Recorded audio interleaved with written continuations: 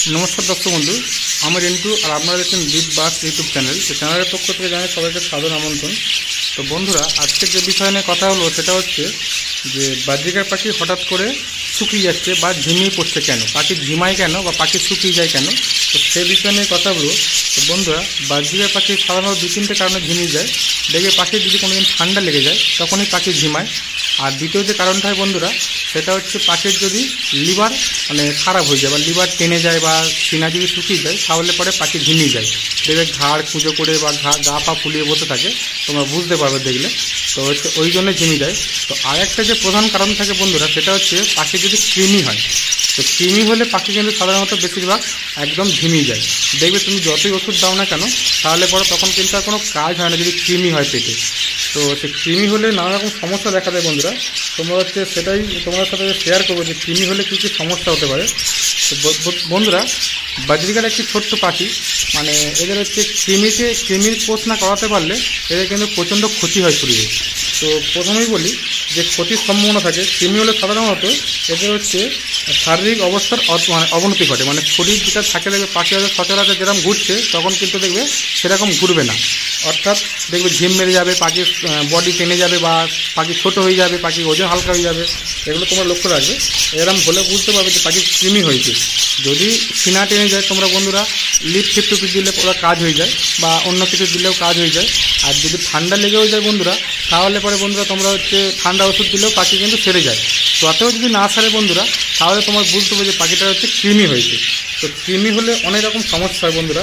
যেরকম প্রথমেই বলি যেটা মেন সমস্যা সেটা হচ্ছে খাদ্য হজম করতে পারে না। যে পাখি যে খাবারটা খাচ্ছে সেই খাবারটা হচ্ছে হজম করতে পারে না। তো এই হজমের সমস্যাটা প্রথমেই হয়। তো যদি খাদ্য যদি ঠিকঠাক খেয়ে হজম না করতে পারে তো পাখির শরীরের তো অবনতি হবেই। তো বডি হালকা হবে, পাখির ওজনও কমে যাবে, এগুলো তো হবেই। আর আরেকটা যেটা হয় বন্ধুরা প্রয়োজনীয় পুষ্টিটা এরা হচ্ছে নিতে পারে না শরীরের মধ্যে কৃমি হলে। যে দরকার যেটুকু খাবারের দরকার খাবারটুকু বন্ধুরা এরা হচ্ছে নিতে পারে না, ঠিক আছে। আর সবথেকে বড় আরেকটা যে সমস্যা হয় পাখির হচ্ছে পায়খানা যেটা হয় না কৃমি হলে দেখবে তোমরা পাতলা হয়ে যায়। দেখবে একদম পাতলা পায়খানা করছে, একদম সে একদম জলের মতো পায়খানা করবে। আর হচ্ছে ওরটা দেখবে একটা সরু সরু একটা হচ্ছে পায়খানা হবে, সরু সরু। তখনই বুঝতে হবে বন্ধুরা যে পাখিটার কৃমি হয়েছে। তো এটা দেখেই তোমরা বুঝতে পারবে যে পাখির কৃমি হয়েছে।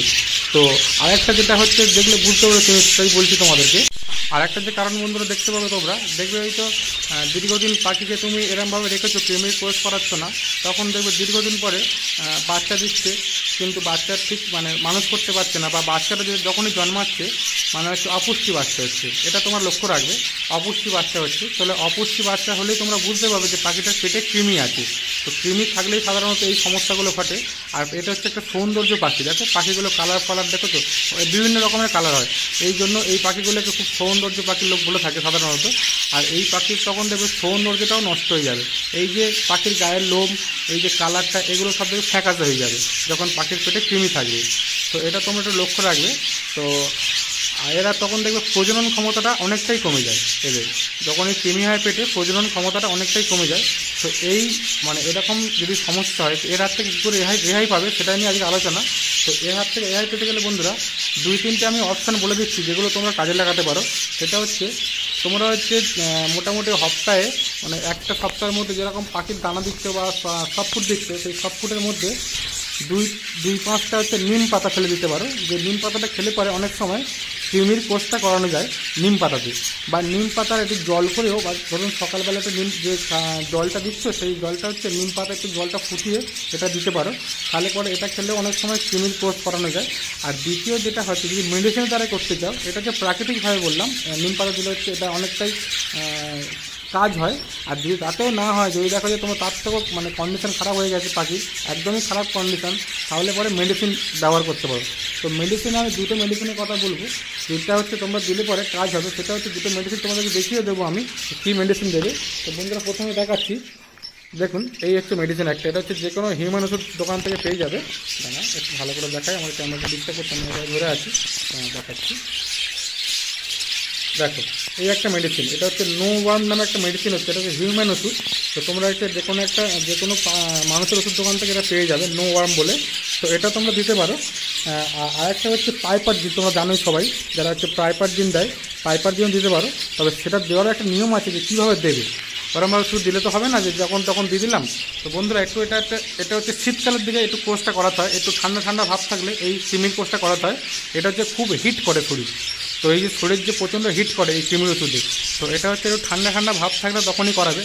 বর্ষাকালে করাতে পারো বা শীতকালে করাতে পারো। এই যে শীতের চেঞ্জ হয়ে যাচ্ছে এই সময় তোমরা পাখিকে কৃমির কোর্সটা করে নিতে পারো।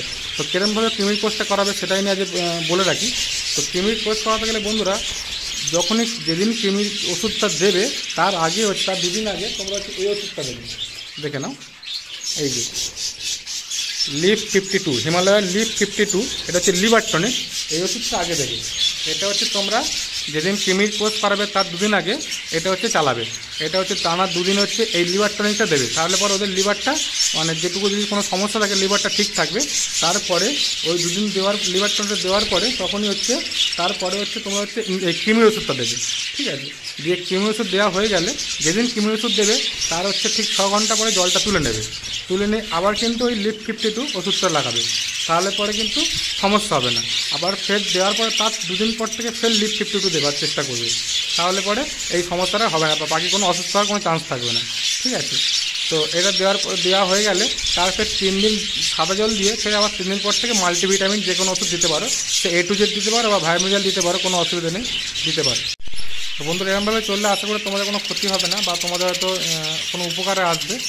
আর বন্ধুরা যদি ভিডিওটি ভালো লাগে তো একটু লাইক কমেন্ট করে দিও, আর যদি কোনো প্রশ্ন থাকে তোমরা করতে পারো, আমার যথাসাধ্য আমি চেষ্টা করবো উত্তর দেওয়ার।